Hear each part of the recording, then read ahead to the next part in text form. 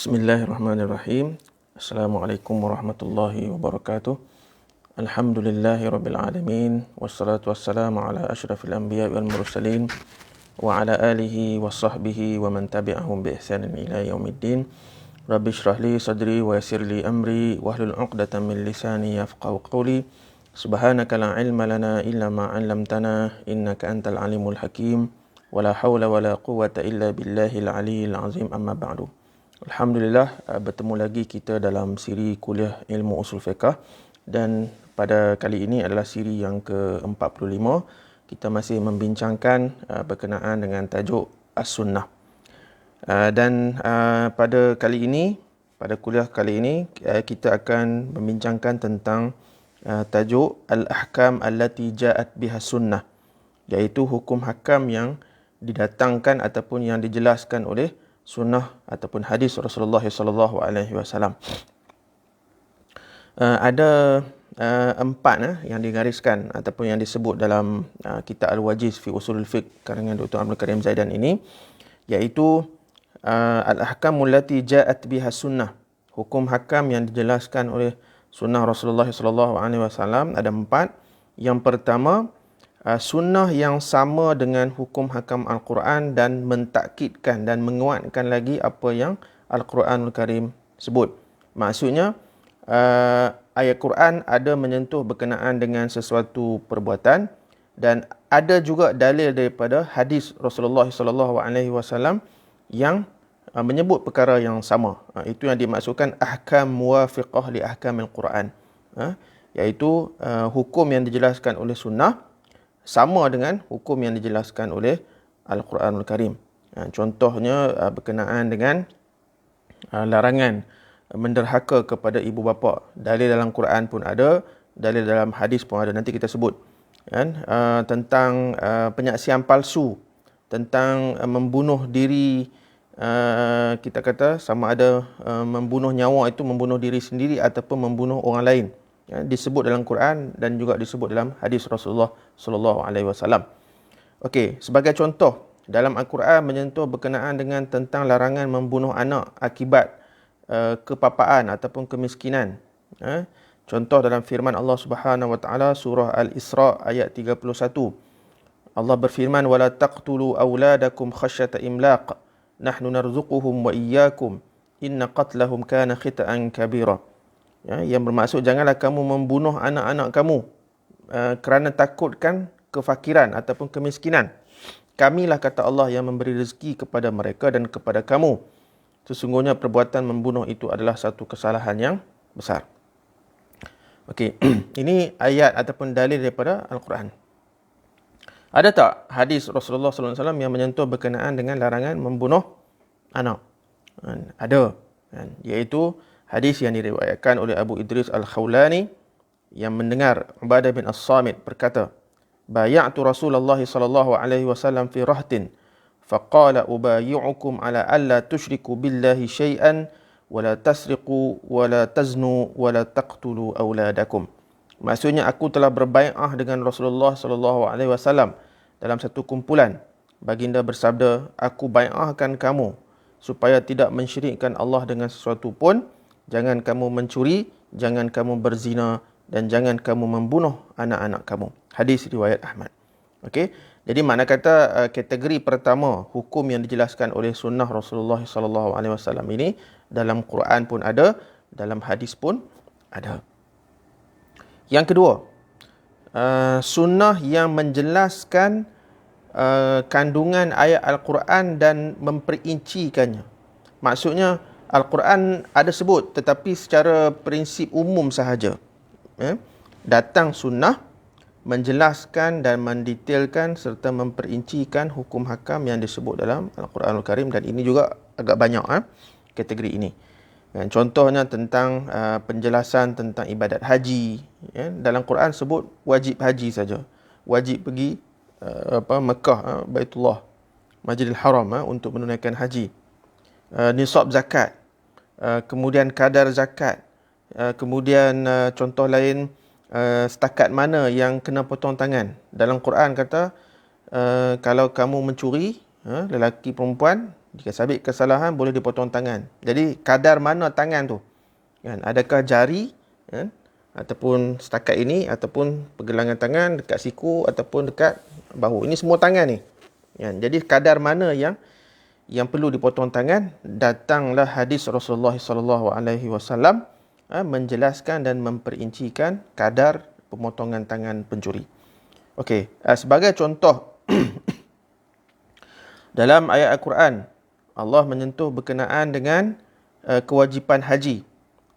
Surah Ali Imran ayat 97. Walillahi 'alan nasi hajjul baiti man istata'a ilaihi sabila. Dan Allah mewajibkan manusia mengerjakan ibadat haji dengan mengunjungi Baitullah, iaitu sesiapa yang mampu sampai kepadanya, ya. Ada istita'ah, ada kemampuan dari segi kesihatan, kewangan dan lain-lain. Jadi ayat ini menyentuh tentang wajibnya kita menunaikan haji. Namun tidak diperincikan kaifiatnya, bila, syarat rukun tidak diperincikan. Jadi datanglah Rasulullah SAW dalam beberapa hadis baginda menjelaskan tentang perbuatan haji, ya. Antaranya banyak hadis, ya, yang menjelaskan tentang rukun, syarat dan sebagainya tu. Tapi salah satunya ialah hadis yang diriwayatkan oleh Abdul Rahman bin Ya'mar, Al-Hajju Arafah, faman adraka laylata Arafah qabla tulu'il fajri min laylati jam'in faqad tamma hajjuhu. Iaitu antara rukun haji adalah wukuf di Arafah. Siapa yang sempat wukuf di Arafah sebelum terbit fajar pada malam jamak, maka telah sempurnalah hajinya. Hadis riwayat An-Nasa'i. Okey.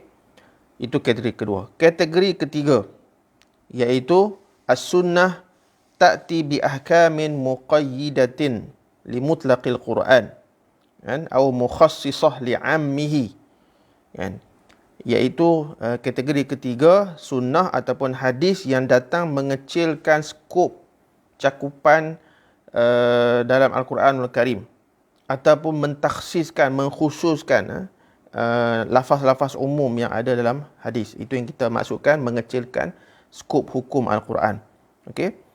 Jadi maksudnya sunnah itu ataupun hadis itu meletakkan batasan terhadap hukum Al-Quran dan mengkhususkan skop hukum yang disebutkan oleh Al-Quranul Karim. Contoh, dalam isu pengharaman bangkai, Allah Subhanahu Wa Taala berfirman, "Hurrimat 'alaikumul maitah." Diharamkan kepada kamu memakan bangkai binatang yang tidak disembelih mengikut syarak, iaitu kalau kita sembelih lembu, kambing, ayam dan sebagainya, perlu putus urat halqum dan marik, dan kalau nak lebih sempurna, 2 urat wadajain yang di tepi ni. Okey. Jadi ayat Al-Quran ini bermaksud semua bangkai adalah haram dimakan. Maksudnya kena sembelih dulu. Tetapi hadis datang menjelaskan ataupun mengecilkan skop hukum yang umum ini dengan menjelaskan bahawa sebenarnya terdapat binatang-binatang tertentu yang tidak perlu disembelih, dan ia tidak menjadi bangkai kalau tidak disembelih. Contoh haiwan laut, di mana dalam hadis yang diriwayatkan oleh Abu Hurairah, Rasulullah SAW bersabda, huwa tahuru ma'u al-hillu maitatuhu, iaitu ini berkenaan dengan air laut. Laut itu suci airnya dan halal bangkainya, iaitu binatang yang hidup dalam laut kemudian kita tangkap, macam ikan lah, ikan ke, sotong ke, whatever yang hidup dalam laut itu, kalau kita ambil dia, kemudian dia mati tanpa kita sembelih. Walaupun kalau nak ikut maksud ayat Quran tu, dia merangkumi semua, kan, dia umum, tetapi hadis ini mengecilkan skop.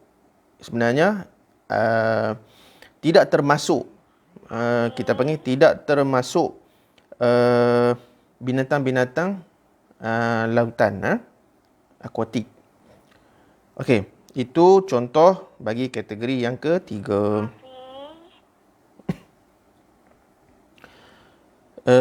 Untuk kategori keempat, datang hadis untuk menjelaskan hukum yang tidak disebut dalam Quran. Maksudnya kita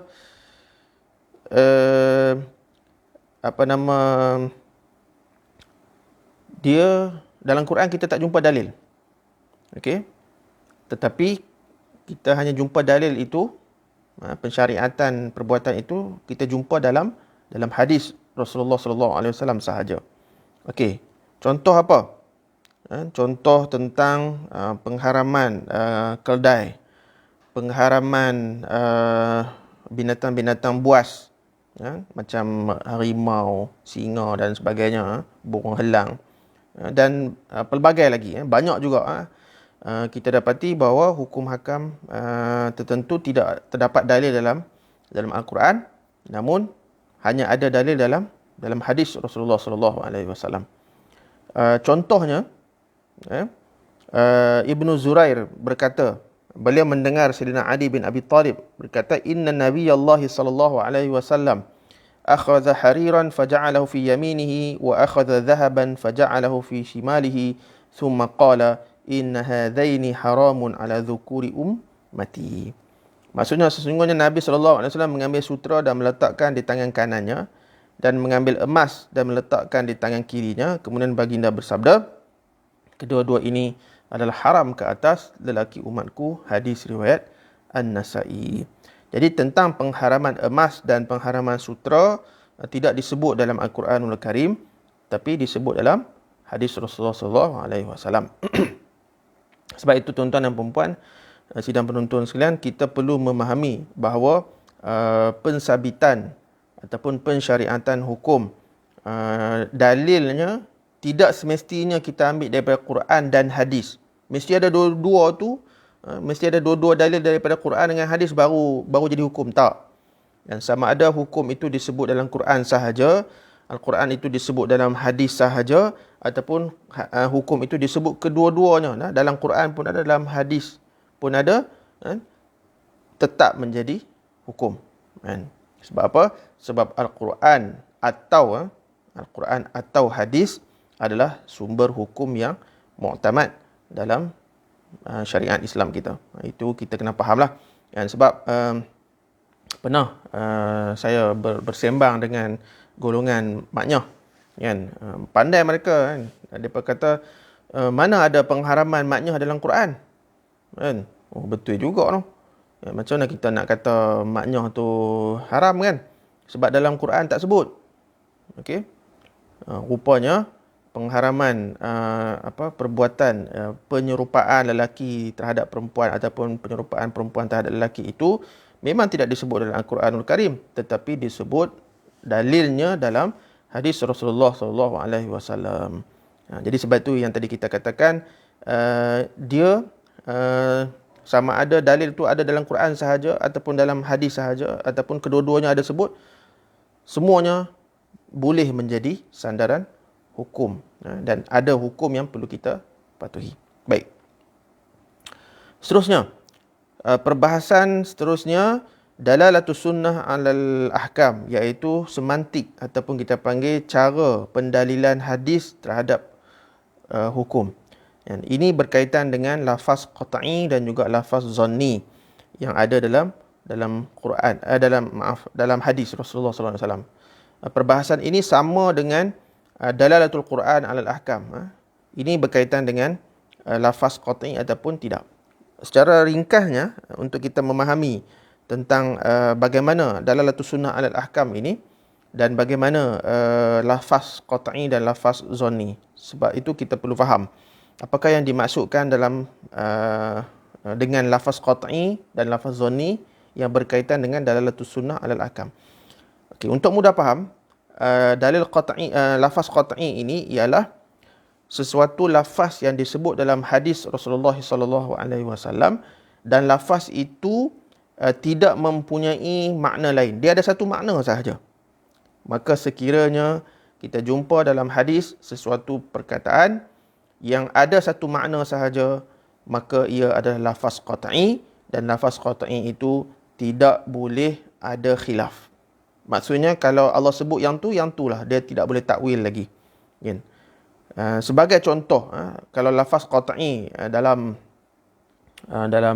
hadis tentang nombor, tentang nombor-nombor yang disebut dalam hadis Rasulullah sallallahu alaihi wasallam, contoh hadis yang diriwayatkan oleh Qabisah bin Zu'aib radhiyallahu anhu. Beliau berkata, ini berkaitan dengan miras.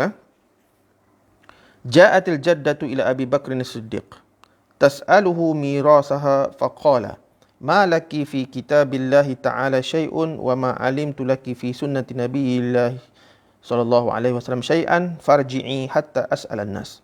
Fasa'ala an-nas faqala al-Mughirah bin Syu'bah hadaratu Rasulullah sallallahu alaihi wasallam a'taha as-sudus. Seorang nenek kan, ini berlaku kematian. Kemudian datang nenek ini berjumpa dengan Sayyidina Abu Bakar As-Siddiq. Bertanyakan apakah bahagian miras dia. Lalu Abu Bakar berkata, aku tidak menjumpai dalil bahagian nenek dalam Quran, dan tidak pula aku tahu ada dalil daripada hadis Rasulullah sallallahu alaihi wasallam. Hang balik dulu, pulanglah dulu sehingga aku bertanyakan kepada orang ramai, yakni para ulama kalangan para sahabat. Lalu Abu Bakar As-Siddiq bertanya tentang urusan ataupun perkara tersebut, dan sahabat Rasulullah yang bernama Al-Mughirah bin Syu'bah berkata, ya, aku pernah mendengar dan pernah menghadiri majlis Rasulullah sallallahu alaihi wasallam di mana Rasulullah memberikan nenek 1/6. Okey, jadi perkataan nombor yang ada dalam hadis ini ialah 1/6 as-sudus.